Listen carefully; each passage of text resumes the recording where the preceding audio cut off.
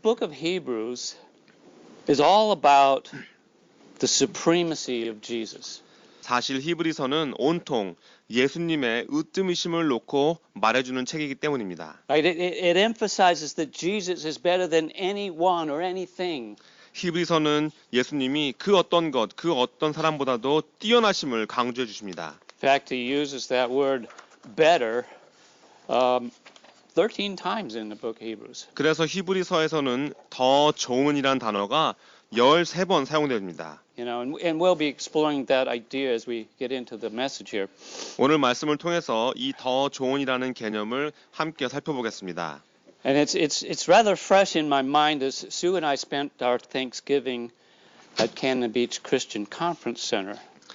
저와 수가 이번 추수감사절 때 캐논 비치 크리스찬 컨퍼런스에서 이 강연을 들었었는데 그것이 아직도 제 머리에 생생합니다. And the speaker was Pastor Ed Underwood from the Church of the Open Door in Los Angeles, which was formerly pastored by J. Vernon McGee. You may have heard him as a Bible teacher on the radio, and he pastored that church for 30 years. 이 연사부는 로스앤젤레스의 열린문 교회의 목사이신 에드 언더우드셨습니다. 이 교회는 그 전에는 성경 학사셨던 제이 버넌 맥이라는 분이 30년 동안 목회하셨던 곳입니다. Yeah, he's an excellent teacher, and I using a few of his notes here to prepare for the sermon here. 정말 훌륭하신 선생님이셨고 오늘 제 설교를 준비하면서 그분의 노트도 어느 정도 사용했습니다. Well, Jesus is identified early on in the book. 이 책은 처음부터 예수님이 나오십니다. And you know, when we think of Jesus at Christmas time, what is it about? You think of a baby in a manger, right? 여러분들 성탄절 시기에 우리가 예수님에 대해 생각할 때 주로 구유에 누인 아기를 생각할 때가 많지 않습니까? You know, that's all you think about. That concept doesn't really help us when we're going through trials and hardships and tribulation. 그런데 그 아기만 생각하신다면 사실 그 그림은 그 개념은 우리가 정작 어려울 때 환난과 시험을 겪을 때 큰 도움을 주지는 못합니다. So Hebrews makes it clear that Jesus is more than a human baby, more than just a man, and even greater than all the angels. 그렇기 때문에 히브리서는 예수님이 인간의 아이도 그리고 그 인간도 그리고 그 어떤 천사보다도 더 뛰어나신 분이라는 것을 아주 확실하게 Let's look at his description. Let's read Hebrews 1 through 5. 예수님의 묘사를 보겠습니다. 히브리서 1장 1절부터 5절입니다. 히브리서 1장 1절부터 읽겠습니다. 옛적에 선지자들로 여러 부분과 여러 모양으로 우리 조상들에게 말씀하신 하나님이 이 모든 날 마지막에 아들로 우리에게 말씀하셨으니 이 아들을 만유의 후사로 세우시고 또 저로 말미암아 모든 세계를 지으셨느니라. 이는 하나님의 영광의 광채시요 그 본체의 형상이시라. 그의 능력의 말씀으로 만물을 붙드시며 죄를 정결케 하는 일을 하시고 높은 곳에 계신 위엄의 우편에 앉으셨느니라. 저가 천사보다 얼만큼 뛰어남은 저희보다 더욱 아름다운 이름을 기업으로 얻으심이니 하나님께서 어느 때에 천사 중 누구에게 내가 내 아들이라 오늘날 내가 너를 낳았다 하셨으며 또 다시 나는 그에게 아버지가 되고 그는 내게 아들이 되리라 하셨느뇨. Okay, what do we learn from this passage about Jesus? 이 말씀을 통해서 우리가 예수님에 대해서 무엇을 배울 수 있습니까? First, we learn that God calls him his son and is speaking to us primarily through him now rather than through the patriarchs or prophets. 하나님께서 예수님을 하나님의 아들이라 부르셨고 이제는 선조들이나 선지자보다는 거의 대부분 예수님을 통해서 우리에게 말씀해 주신다는 겁니다. The words of Jesus are the very words of God. 예수님의 말씀이 하나님의 말씀이기 때문입니다. Jesus is both the heir of all things and the creator of all things. 예수님은 만물의 후사이자 동시에 만물의 창조주이십니다. He's God in a human body. 하나님이 인간의 몸 안에 계신 겁니다. John 1 verses 2 and 3 says, He was with God in the beginning. All things were created through him, and apart from him, not one thing was created that has been created. 요한복음 1장 2절부터 3절에 보시면 그가 태초에 하나님과 함께 계셨고 만물이 그로 말미암아 지은 바 되었으니 지은 것이 하나도 그가 없이는 된 것이 없느니라. Thus, Jesus is not a created being. 예수님은 피조물이 아니란 말입니다. Jesus is God, the God who created all things. 만물을 창조하신 하나님이시란 말입니다. And yet he was made 100% human. 동시에 예수님은 100% 사람이십니다. And he also sustains everything. 또 예수님이 만물을 붙들어 유지시켜 주십니다. He's the glue that holds all things together. 만물의 모든 존재가 유지되게끔 붙들어 주시는 풀과 같은 분이십니다. And he reflects the very nature of God to us. 또 우리에게 하나님의 본체를, 본성을 반영해 주십니다. Right? Look, verse 3, look at that. It tells us that the Son is the radiance of God's glory and the exact expression of his nature. 그래서 3절에서 이는 하나님의 영광체이시요, 하나님의 영광의 강체시요, 또 그 본체의 형상이시라라고 한 겁니다. Right? John 1:18 clearly says, "No one has seen God at any time. The only begotten God, who is in the bosom of the Father, he has explained him." 요한 1서 18절에서 아주 정확하게 말해주죠. 본래 하나님을 본 사람이 없으되 아버지 품속에 있는 독생하신 하나님이 나타내셨느니라. Jesus has come to reveal God the Father to man. 성부 하나님을 인간에게 보여주시기 위해서 오신 겁니다. That's why we hear at Christmas time he's referred to as Emmanuel, God with us. 그래서 성탄절이 되면 예수님을 하나님이 우리와 함께 하심, 임마누엘이라고 부르는 겁니다. Jesus and the Father shared the very same nature and essence. 예수님과 성부 하나님은 동일한 본체와 본성을 공유하십니다. Jesus is the physical expression of God's invisible being. 예수님은 눈에 보이시지 않는 하나님의 존재를 육신으로 보여주시는 존재란 말입니다. Now, many people are willing to accept that Jesus was a very special baby, a wise rabbi, a prophet, or a person who deserves to be listened to as a good teacher. 많은 분들이 예수님이 아주 특별한 아기셨고 지혜로운 랍비셨고 선지자셨고 선한 선생으로 우리가 그 말씀을 들을 만한 가치가 있는 분이시라는 것을 인정할 마음을 갖고 있습니다. But to ask them to believe that Jesus is God in the flesh, the creator and sustainer of the universe, is more than many are willing to profess. 하지만 예수님이 하나님의 육신에 거하신다는 것을 또 우주를 창조하시고 유지하시는 분이심을 믿느냐고 물어본다면 이 사실을 인정하는 것은 어려워합니다. And yet the incarnation of Jesus is what Christmas is all about. That God came into the world to seek and to save lost sinners. 하지만 예수님의 성육신이야말로 성탄절의 핵심이죠. 하나님께서 길 잃은 죄인들을 찾아주시고 구원하시기 위해서 이 땅에 세상에 오신 겁니다. Right? God and sinners reconciled. 하나님과 죄인들이 화목해 된다는 그런 찬송가 가사도 있죠. And he did it in the person of Jesus. 이 모든 것을 예수님이라는 분을 통해서 이루어주셨습니다. Now there's cults out there that'll come to your door and they'll tell you that Jesus is nothing more than some kind of a lead angel. 여러분의 집에 문을 두드리며 예수님이 천사장이실 뿐이라고 말하시는 이단들이 있습니다. The writer of Hebrews makes the point very clear that Jesus is better than angels. 하지만 히브리서에는 예수님이 천사들보다 뛰어나시다고 아주 분명하게 말해줍니다. He's higher and even his name is superior because he's not a created being like the angels. 예수님은 천사들 같은 피조물이 아니시기 때문에 예수님은 천사보다 그 위에 계시고 예수님의 그 이름조차 그 천사들보다 뛰어납니다. He's God. 예수님은 하나님이십니다. And notice what the Father says about him in verse 8. 8절에서 하나님이 예수님에 대해서 뭐라고 말씀하시는지 보시기 바랍니다. But to the Son he says, Your throne, God, is forever and ever, and the scepter of your kingdom is a scepter of justice. 아들에 관하여는 하나님이여 주의 보좌가 영영하며 주의 나라의 홀은 공평한 홀이니이다. Right?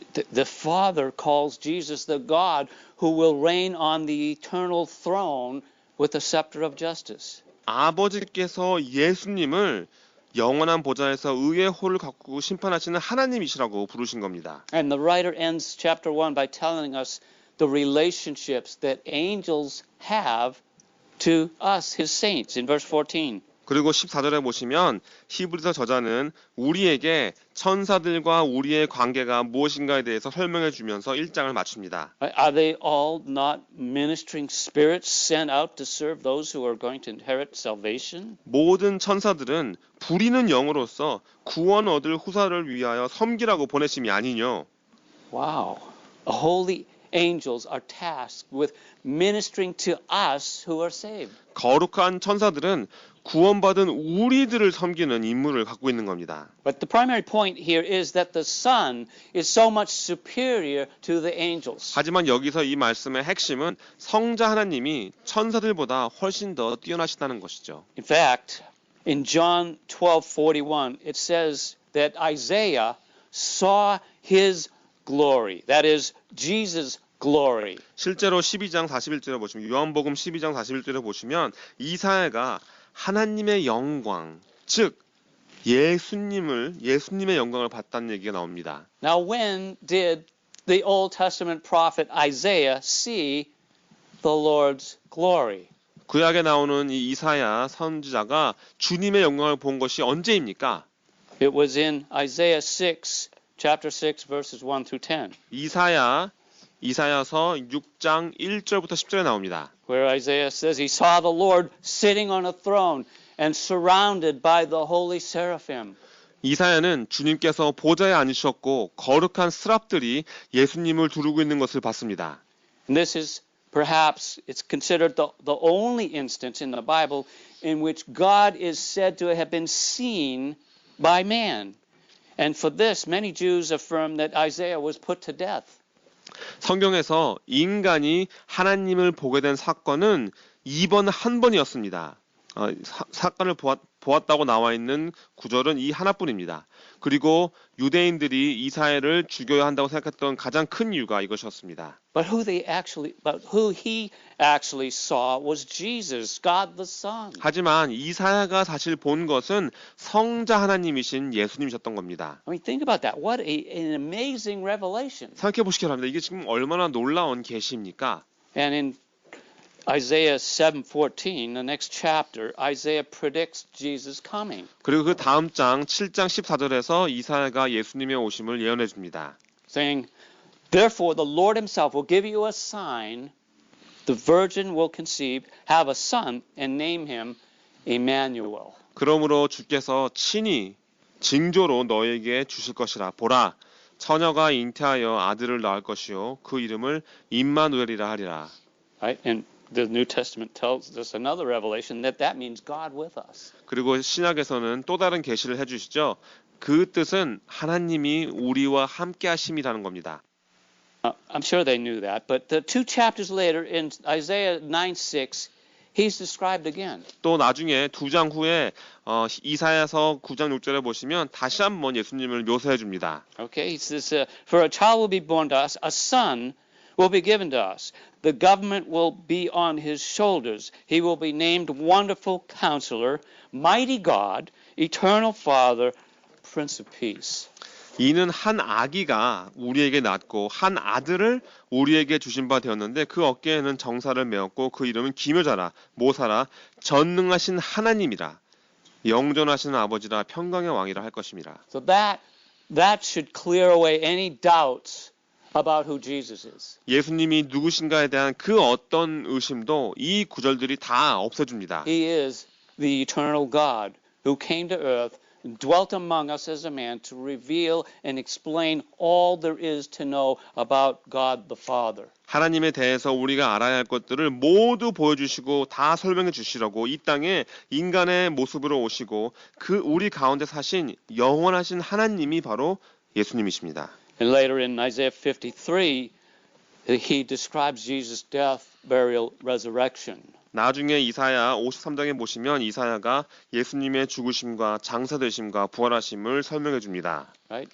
Everything God wants us to know about himself is given to us by Jesus' revelation and is in his word, the Bible. 하나님에 대해서 우리가 알기 바라시는 모든 것들을 예수님의 계시와 예수님의 말씀, 즉 성경을 통해서 우리에게 다 내어주셨습니다.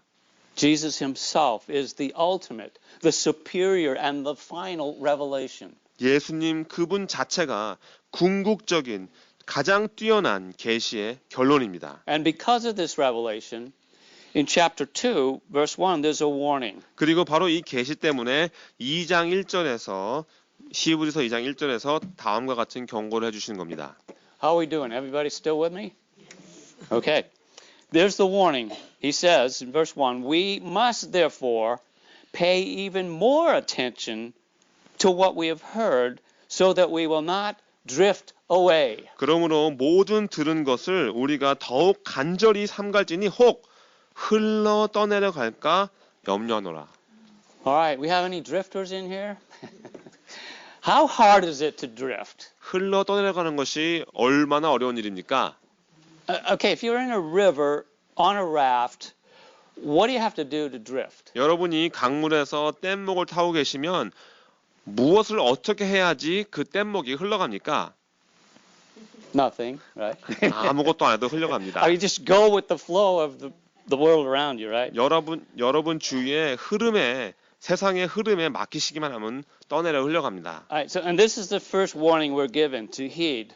Don't drift. 그래서 우리에게 주시는 첫 번째 경고입니다. The 흘러 떠내려가지 마세요. exhortation is to pay attention to what has been heard and specifically to the gospel of our salvation. 우리에게 해주신 이 모든 말씀, 특히 구원의 복음에 대해서 우리가 초점을 맞춰야 한다는 권고의 말씀입니다. Right? We cannot neglect the great salvation that was declared to us at first by the Lord, and it was attested to us by those who heard, while God also bore witness by signs and wonders and various miracles and by gifts of the Holy Spirit distributed according to his will. 하나님도 표적들과 기사들과 여러 가지 능력과 및 자기의 뜻을 따라 성령에 나눠주신 것으로서 저희와 함께 증거하신 이 복음, 이 위대한 구원을 절대로 우리가 잊어서는 안 되는 겁니다. And we know there's always been consequences for disobeying or neglecting God's word. But chapter 2 emphasizes the warning is against not merely neglecting the word, but the great salvation that it proclaims. 하나님의 말씀에 불순종하고 무시할 때 반드시 생기는 결말입니다. 하지만 이 장의 말씀을 보시면 무시하지 말라는 경고를 강조해 주는 것뿐 아니라 이 경고가 선포하는 위대한 구원도 무시하지 말라고 말해줍니다. Right, the writer is concerned about the Hebrews becoming liable to the most severe consequences reserved for those who disobey the gospel. 복음에 불순종했을 때 받게 되는 끔찍한 이 결말을 이 글쓴이는 히브리 사람들이 받게 될까봐 근심했던 겁니다. And you might say, well, I'm saved. But you can neglect your salvation even while being saved. 구원을 받고 난 다음에도 여러분들 구원을 무시할 Right? The gospel of salvation is for everyday life. 구원의 복음은 우리 매일매일의 삶을 위한 것입니다. It's not something you just learn. You learn to get saved, and then you depart to do better things. 여러분들이 구원을 받아야 하기 때문에 한 번 배우고 난 다음에 나중에 더 나은 것들을 배우게 되는 그런 것이 아니란 말입니다. The gospel is the better things. 그 더 나은 것이 바로 복음입니다. I mean, it gives us more than just a fire escape. 불날 때 도망쳐 나오는 비상구 이상의 것이란 말입니다. It's a daily reminder of God's great love for us. 우리를 향하신 하나님의 큰 사랑을 매일매일 우리에게 상기시켜 주는 것이 복음입니다. The gospel engages us to be ambassadors for Christ. 그리고 우리가 그리스도의 사자가 되어야 한다고 힘을 주는 것도 복음입니다. The gospel makes us stewards with a great commission from the Lord himself. 주님께서 우리에게 직접 주신 지상 대명령을 지켜야 하는 청지기로 만들어 주는 것도 복음입니다. Our lives, our very lives and everything that we are and have is a stewardship. 우리의 삶과 우리라는 존재의 모든 것 갖고 있는 모든 것들은 다 청지기 하라고 주시는 겁니다. And the gospel is to be lived out in everyday experience through a relationship with the living Lord. 살아계신 주님과 교제를 통해서 매일매일 체험하고 우리 삶 속에 이 복음을 살아가셔야 합니다. The many facets of the gospel bring us to maturity and allow us to have the mind of Christ and the desire to to please God, to glorify God. 복음의 수많은 면모들이 우리를 더 성숙한 자리로 나오게 해주고 그리스도의 마음을 갖게 해주며 하나님께 영광을 돌리고자 하는 바램을 가질 수 있게끔 해줍니다. Right? Because of the gospel, we become disciples who make disciples who make disciples who make disciples.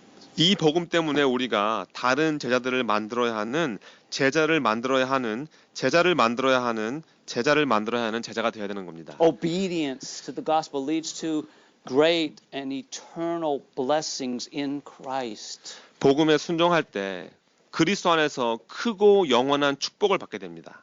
Be careful. Be careful you don't drift from the word of God or the gospel. 하나님의 말씀과 복음에서부터 흘러 떠내려가지 않게끔 조심하시기 바랍니다. Let the word of Christ dwell in you richly. 그리스도의 말씀이 여러분 안에 풍성히 거하게 하세요. All right, the end of chapter 2 explains several reasons why Jesus had to come as a man and experience life as we do. 2장 끝에서 예수님이 왜 인간의 모습으로 오셔서 우리처럼 인생을 체험하셨는가에 대한 이유가 나옵니다. Verse 17 and 18 says, Therefore he had to be made like his brothers in every respect, so that he might become a merciful and faithful high priest in the service to God, to make propitiation for sins of the people. For because he himself has suffered when tempted, he is able to help those who are being tempted. 17절에서 그러므로 저가 범사에 형제들과 같이 대심이 마땅하도다. 이는 하나님의 일에 자비하고 충성된 대제사장이 되어 백성의 죄를 구속하려 하심이라. 자기가 시험을 받아 고난을 당하셨은즉 시험 받는 자들을 능히 도우시느니라. After knowing this truth, we got to ask ourselves this question. Can you trust the Son of God to help you in the trials and temptations of life? 이 진리를 알게 되면 우리 스스로에게 반드시 물어야 하는 질문은 하나님의 아들이 인생의 시험과 환난을 당할 때 여러분을 도와주실 것을 여러분은 신뢰하십니까? 입니다. And the answer is yes, we can and we must because he is our faithful high priest. 정답은 당연히 그렇습니다. 그렇게 하실 수 있고 그렇게 하셔야만 합니다. 왜냐하면 예수님이 우리의 신실하신 대제사장이시기 때문입니다. We have no other. 다른 사람은 없습니다. Right? And he not only paid for our sins, but he also intercedes for us daily for our victory over sin's power and dominion. 예수님이 우리의 죄값을 치러주셨을 뿐 아니라 지금도 계속해서 매일매일 죄의 권세와 지배를 벗어나 승리할 수 있게끔 중보해 주십니다. Victory over sin brings peace with God. 그리고 죄에 승리할 때 하나님과 화평을 이룰 수 있습니다. And we often lose our peace when we give place to sin. 우리가 화평을 잃는 이유가 주로 죄에 굴복했을 때이죠. Right? We flirt with it. We toy with it. We don't take sin or holiness very seriously.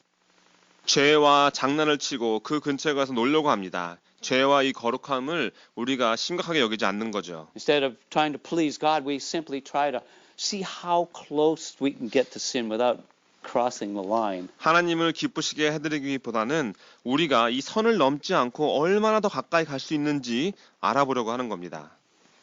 All right, how we doing? Good? As we move on in the book, we learn that Jesus is superior. Superior as a leader. Superior to Moses, Joshua, all the others. 히브리서를 계속해서 공부하시면 이제는 예수님이 리더로서 우월하시고 모세나 여호수아나 그 다른 어떤 리더보다도 뛰어나시다는 것을 알 수 있습니다. He's a superior priest, superior to the former priests of the old covenant priesthood of Aaron, and he identifies his own priesthood with that of Melchizedek. 예수님은 뛰어나신 제사장이십니다. 구약의 아론의 제사장 신분을 갖고 있던 그 어떤 자들보다도 뛰어나십니다. 왜냐하면 예수님 자신을 멜기세덱의 반차를 따르시는 제사장이라고 말씀하셨기 때문입니다. In fact, Hebrews is the only book that really emphasizes Jesus as our high priest who, unlike any other, has an unchangeable priesthood. 예수님께서 다른 제사장들과는 다르신 위대하신 대제사장이라고 강조해주는 책은 히브리서뿐입니다. 가장 변하지 않으시는 제사장이십니다. He was actually able to sit down at the right hand of the Majesty on high after making purification for sins. 죄를 정케 하시는 일을 하시고 높은 곳에 계신 위엄의 우편에 앉으실 능력 있으신 분은 예수님밖에 없습니다. Jesus is superior to the Mosaic law. 예수님은 모세 율법보다도 뛰어나십니다. And he offers a superior rest. 더 뛰어난 안식을 주기 때문입니다. Because the rest he provides is superior to the physical rest that was promised to Israel in the days of Joshua.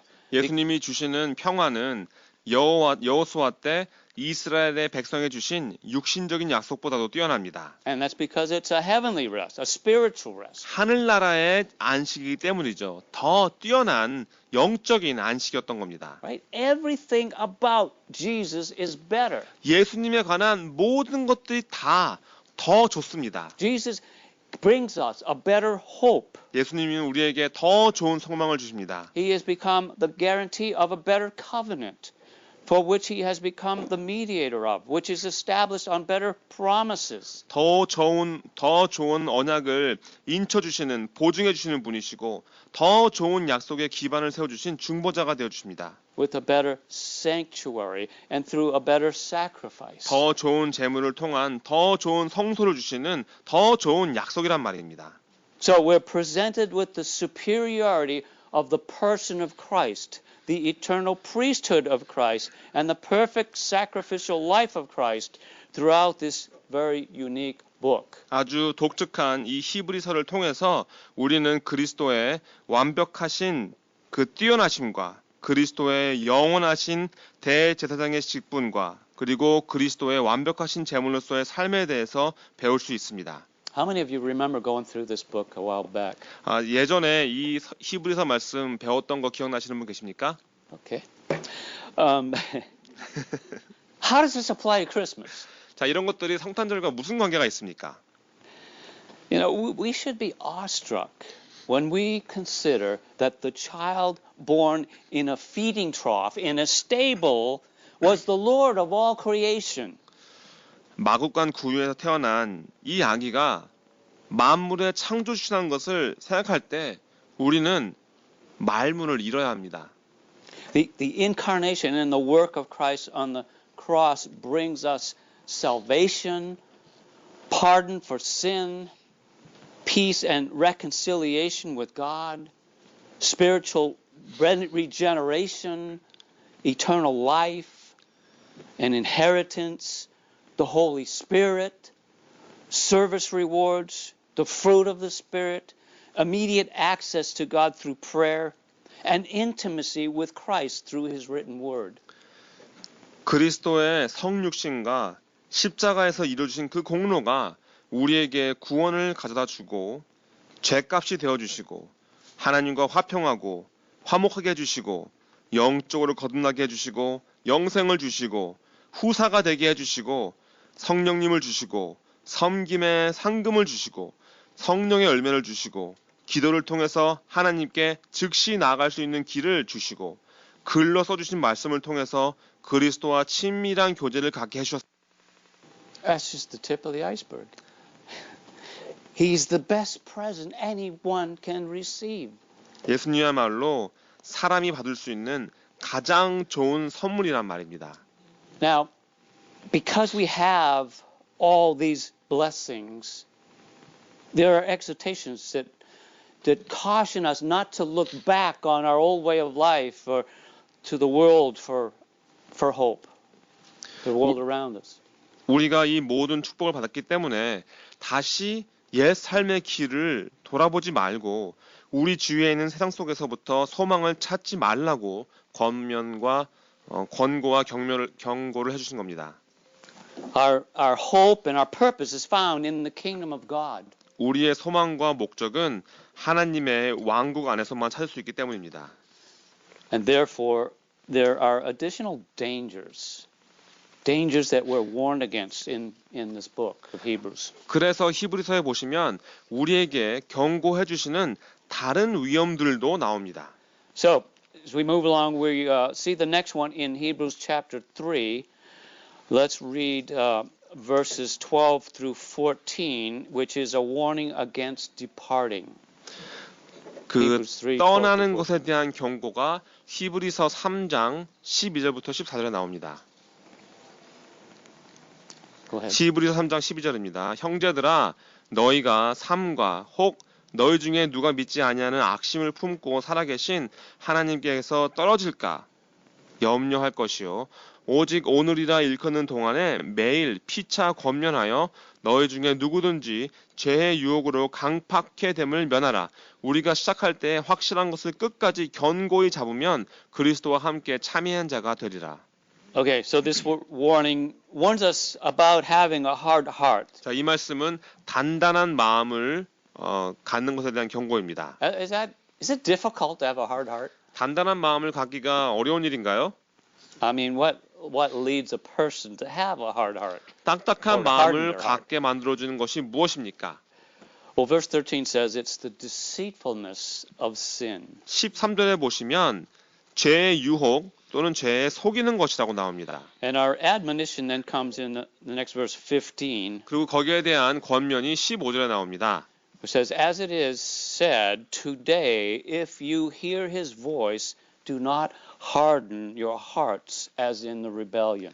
성경에 일러스되 오늘날 너희가 그의 음성을 듣거든 노하심을 격동할 때와 같이 너희 마음을 강팍해 하지 말라 하셨으니.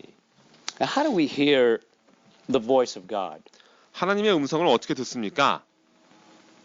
The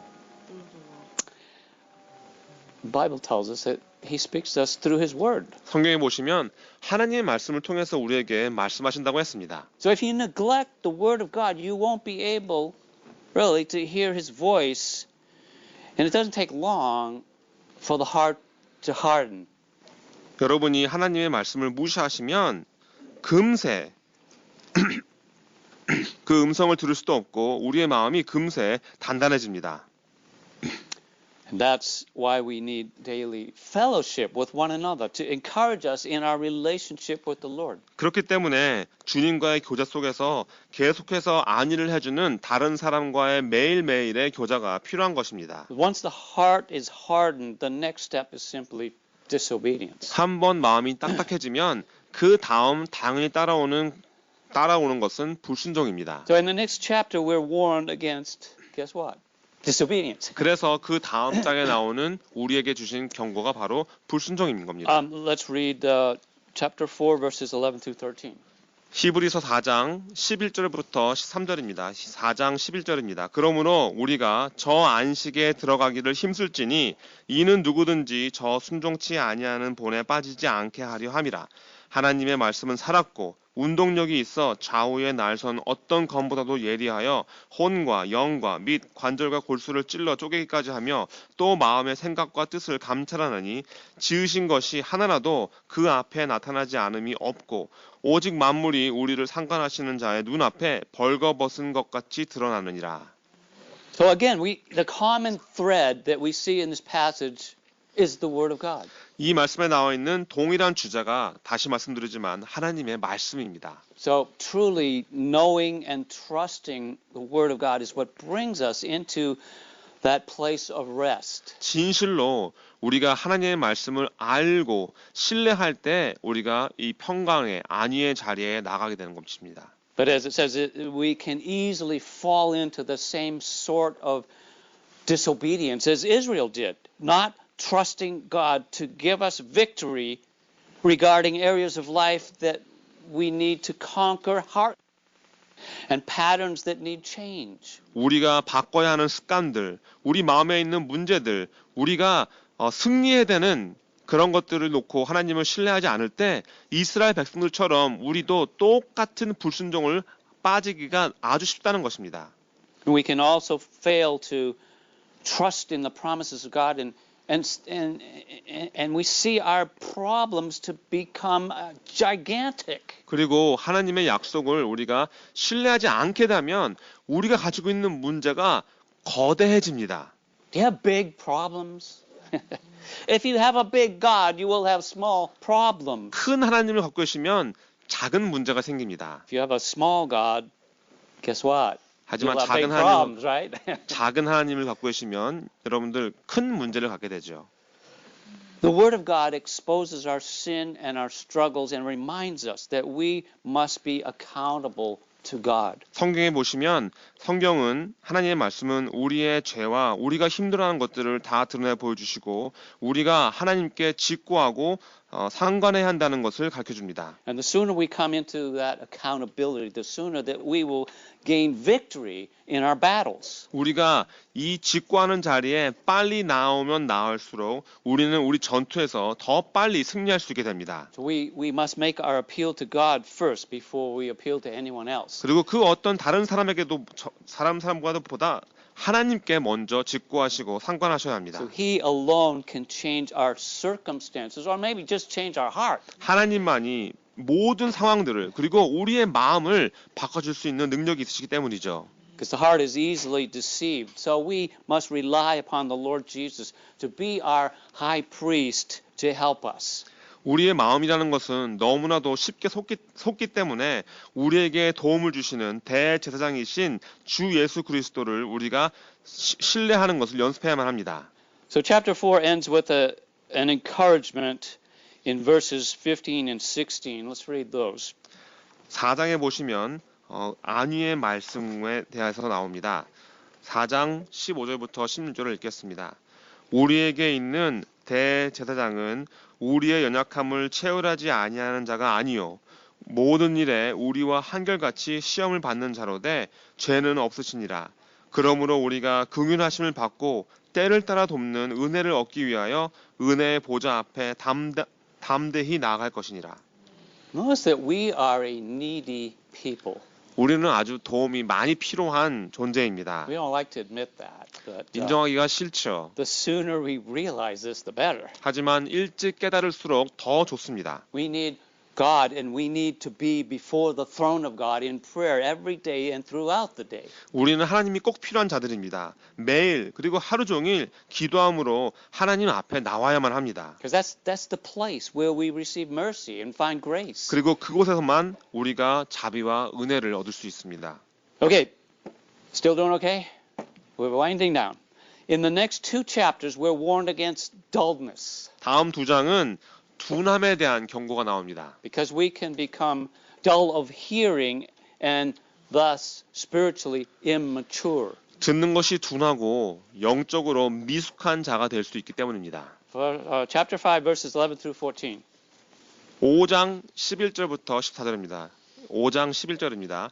멜기세덱에 관하여는 우리가 할 말이 많으나 너희의 듣는 것이 둔함으로 해석하기 어려우니라. 때가 오래므로 너희가 마땅히 선생이 될 터인데 너희가 다시 하나님의 말씀의 초보가 무엇인지 누구에게 가르침을 받아야 할 것이니 젖이나 먹고 단단한 식물을 못 먹을 자가 되었노라. 대저 젖을 먹는 자마다 어린아이니 의의 말씀을 경험하지 못한 자요. 단단한 식물은 장성한 자의 것이니 저희는 지각을 사용함으로 연단을 받아 선악을 분별하는 자들이니라. Okay, again, what is the reason for the dullness of hearing? 듣는 것이 둔해지는 이유가 뭐라고 나와 있습니까? It's because of a lack of solid food from the Word of God. 하나님 말씀에서 나오는 단단한 식물이 없기 때문입니다. Right? We don't go deep into God's Word. 하나님 말씀에 깊이 들어가지 않는 것이죠. We don't put it into regular practice. 매일매일 하나님 말씀을 연습하지 않기 때문입니다. And we ought to be teaching it to others, but we don't even apply it to our own lives. 지금 다른 사람들에게 가르쳐야 할 때인데 자기 자신의 삶에조차 적용하지 못하고 있는 것입니다. And thus we remain as spiritual infants. 그래서 계속해서 영적인 갓난아기의 자리를 벗어나지 못하는 것이죠. We can only grow spiritually as we apply the Word of God in our life and are trained by it each and every day. 매일매일의 삶 속에 우리 삶 속에 적용하고 매일 훈련해야지만 우리가 영적으로 성장할 수 We 있습니다. must not only hear the Word of God, but we must heed the Word of God. 우리가 하나님의 말씀을 귀로 듣는 것이 아니라 마음에 담아야 한단 말입니다. And then we gain discernment from Scripture to know good and from evil. 그리고 말씀을 통해서 우리가 선과 악을 구분할 수 있는 분별력을 얻게 됩니다. Right? As David said, Your Word have I treasured in my heart that I may not sin against you. 다윗이 이렇게 말했죠. 내가 주께 범죄치 아니하려 주의 말씀을 내 마음에 두었나이다. All right, as we get into chapter 6, the warning turns to being sluggish in verse 11. 자, 11절에 나오는 경고의 말씀은 게을러지는 것입니다. Read verses 11 and 12. 11절부터 12절을 읽겠습니다. 6장 11절입니다. 우리가 간절히 원하는 것은 너희 각 사람이 동일한 부지런을 나타내어 끝까지 소망의 풍성함에 이르러 게으르지 아니하고 믿음과 오래 참음으로 말미암아 약속들을 기업으로 받는 자들을 본받는 자에게 하려는 것이니라. Again, hope in God comes by exercising faith in God's promises. 하나님의 약속을 연습하고 우리가 믿을 때 소망을 하나님 안에서 얻게 되는 것입니다. So how well do we know those promises? 문제는 우리가 하나님의 약속을 얼마만큼 알고 있느냐입니다. Abraham was given the example of one who believed in the promises of God. And it was credited to him as righteousness. 아브라함은 하나님의 약속을 믿었고 그 믿음이 아브라함을 의롭다 여김을 받게 해줬다고 여기 예로 나와 있습니다. Verse 19 tells us this hope we have as an anchor for the soul, a hope both sure and steadfast and one which enters within the veil. 19절에서 우리가 이 소망이 있는 것은 영혼의 닷 같아서 튼튼하고 견고하여 휘장 안에 들어가니라고 했습니다. Okay, we're moving a little bit faster now. 좀 더 빨리 하겠습니다. Chapter 7, we're told that Jesus has an unchangeable priesthood. 7장에 보시면 예수님께서 변하지 않는 제사장이시라는 것을 말해주고 있습니다. Let's read 24 and 25.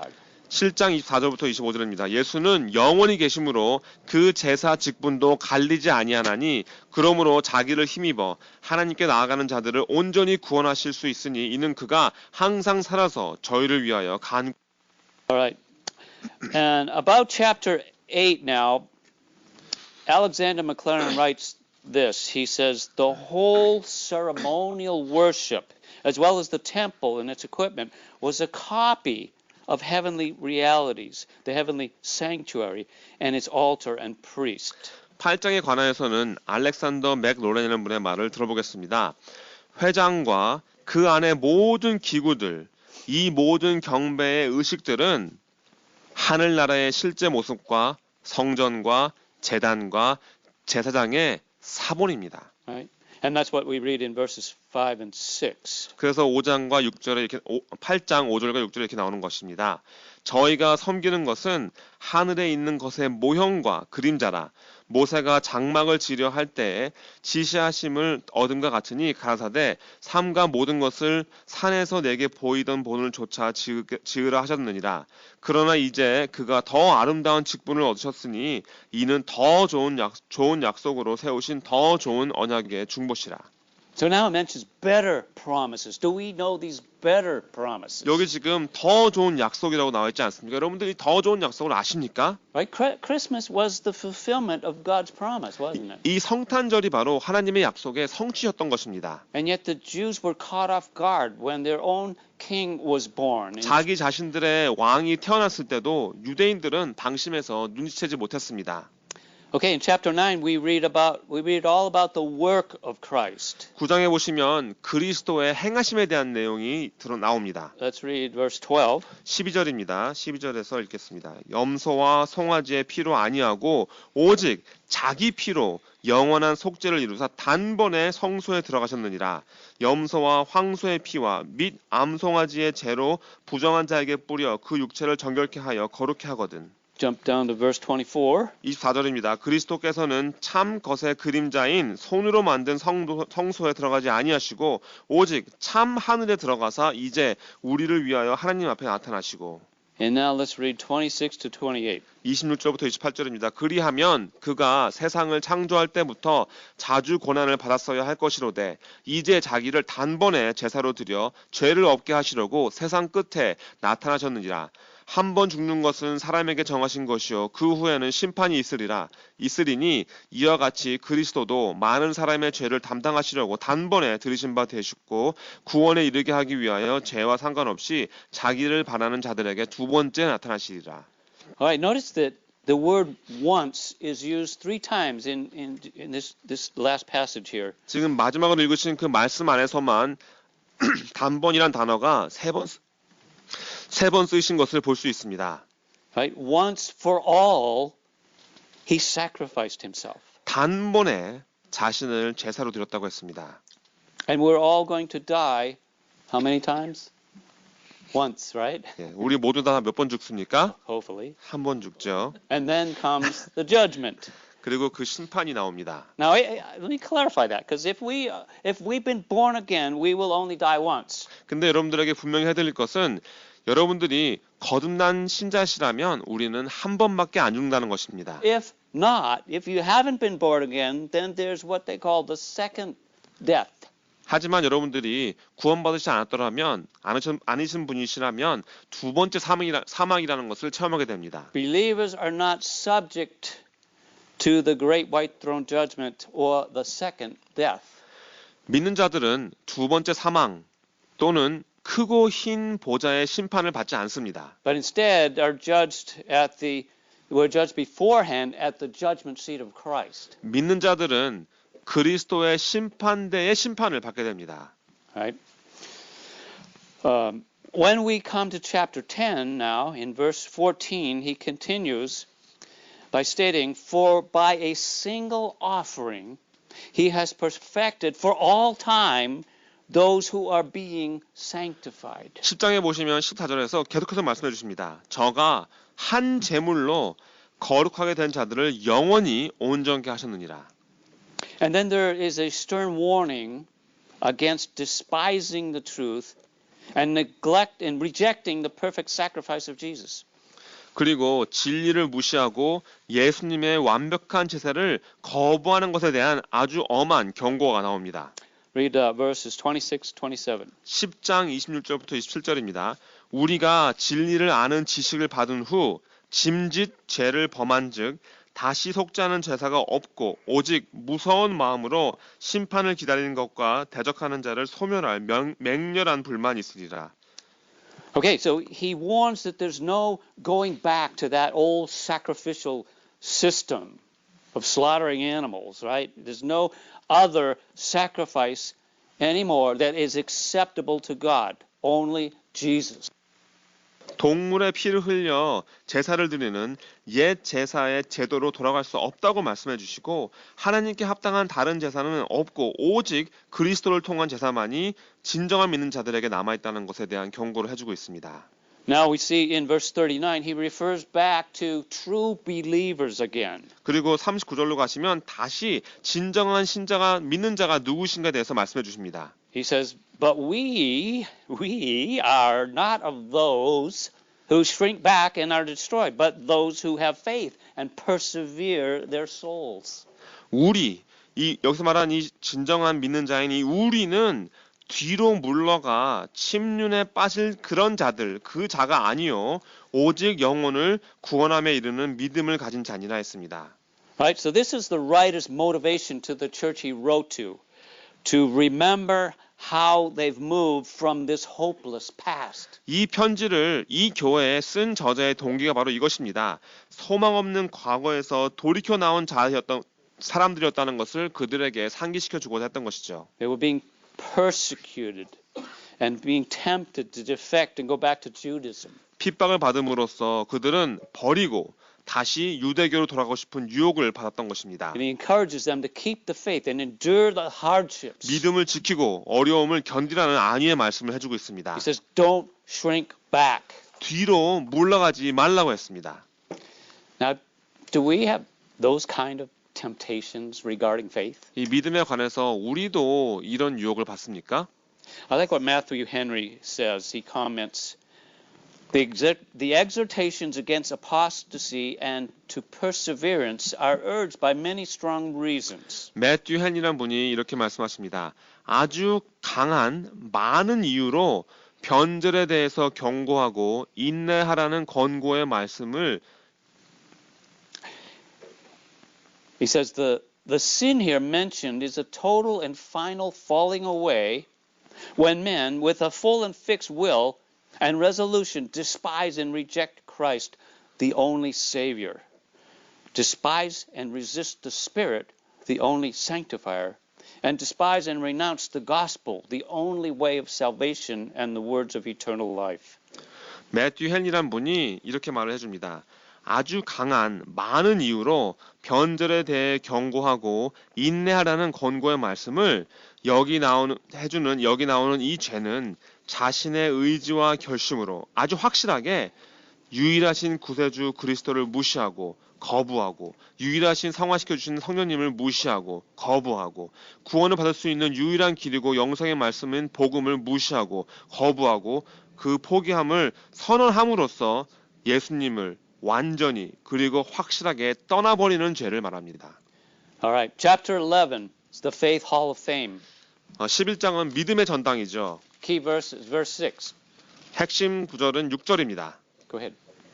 믿음이 없이는 기쁘시게 못하나니 하나님께 나아가는 자는 반드시 그가 계신 것과 또한 그가 자기를 찾는 자들에게 상 주시는 이심을 믿어야 할지니라. Right? This verse calls our attention to the need for faith, the call to please God and the desire to draw near to Him by diligently seeking Him. 우리가 계속해서 주님을 찾음으로써 우리가 믿음이 필요하고 하나님을 기쁘시게 해드리라는 부름을 받아야 하며 주님께 가까이 나아가는 바라는 마음을 얻는 일에 초점을 맞춰야 한다고 말해주고 있습니다. And the remainder of the chapter gives examples of faith in men throughout biblical history, a great cloud of examples. 11장의 나머지는 성경의 역사 속에 나오는 믿음의 구름같이 허다한 본보기들입니다. All right, chapter 12 gives us our application to begin our race of endurance in faith. 그리고 12장에서는 믿음으로 인내하는 경주를 시작하는 적용 방법에 대해서 말해줍니다. Let's read the first two verses. 12장 1절부터 2절입니다. Go ahead. 이러므로 우리에게 구름같이 둘러싼 허다한 증인들이 있으니 모든 무거운 것과 얽매이기 쉬운 죄를 벗어버리고 인내로써 우리 앞에 당한 경주를 경주하며 믿음의 주여 또 온전케 하시는 이인 예수를 바라보자. 저는 그 앞에 있는 즐거움을 위하여 십자가를 참으사 부끄러움을 개의치 아니하시더니 하나님 보좌 우편에 앉으셨느니라.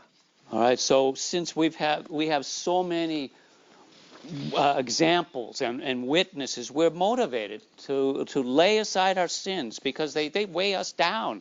They hold us back. They distract us from running the race and making progress. 이렇게 많은 본보기와 많은 증인이 있기 때문에 우리를 짓누르고 우리를 붙들고 놔주지 않고 경주하고 성장하는 데 초점을 흐리게 하는 이 죄를 우리가 옆으로 치워버려야 합니다. We need to run with endurance, keeping our eyes on the end goal, being face to face with Jesus, the one who loves us and gave himself for us. 우리를 사랑하시고 우리에게 자기 자신을 내어주신 그분 예수님과 얼굴과 얼굴을 마주하게 되는 이 마지막 표대를 향하여 우리가 인내하며 달려야 한다는 동기를 부여주고 있습니다. We're also warned about our need for discipline, chastening, and training. 받고 훈련에 관해서 우리에게 경고해 주십니다. Read verse 11. 11절입니다. 무릇 징계가 당시에는 즐거워 보이지 않고 슬퍼 보이나 후에 그로 말미암아 연단한 자에게는 의의 평강한 열매를 맺나니. All right, and a few verses later, in verse 15, we're given a warning against defilement. 몇 구절 후에 15절에 보시면 이번에는 더러워지는 것에 관한 경고가 나옵니다.